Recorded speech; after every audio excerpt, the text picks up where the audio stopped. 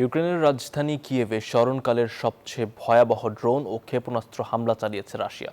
রাতের আঁধারে চলা দীর্ঘ এই ধ্বংসযজ্ঞে অন্তত ২৭ জন প্রাণ হারিয়েছেন, আহত হয়েছেন ৯০ জনের বেশি। ব্যাপকভাবে ক্ষতিগ্রস্ত হয়েছে আবাসিক ভবন সহ নানা স্থাপনা।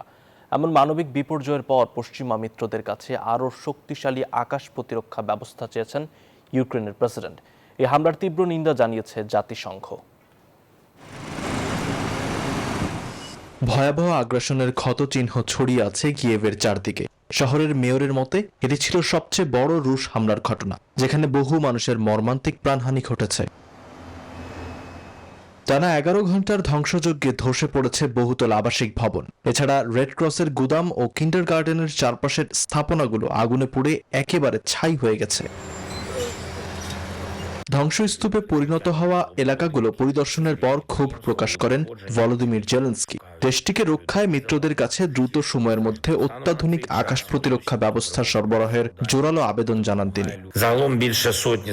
দুর্ভাগ্যবশত আমাদের ব্যালিস্টিক ক্ষেপণাস্ত্র প্রতিরোধী সক্ষমতার ঘাটতি রয়েছে, প্যাট্রিয়ট ক্ষেপণাস্ত্রের অভাব রয়েছে এবং আমাদের অংশীদারদের, বিশেষ করে যুক্তরাষ্ট্র এবং ইউরোপীয় অংশীদারদের এই বিষয়ে সহায়তা প্রদানে আরও সক্রিয় হতে হবে। সাধারণ নাগরিকদের লক্ষ্য করে চালানো এমন নির্মম নিষ্ঠুরতার কড়া সমালোচনা করেছে জাতিসংঘ। একে আন্তর্জাতিক আইনের সুস্পষ্ট লঙ্ঘন আখ্যা দিয়ে অবিলম্বে এই হত্যাযজ্ঞ বন্ধের দাবি জানিয়েছে সংস্থাটি। Desk report, news 24।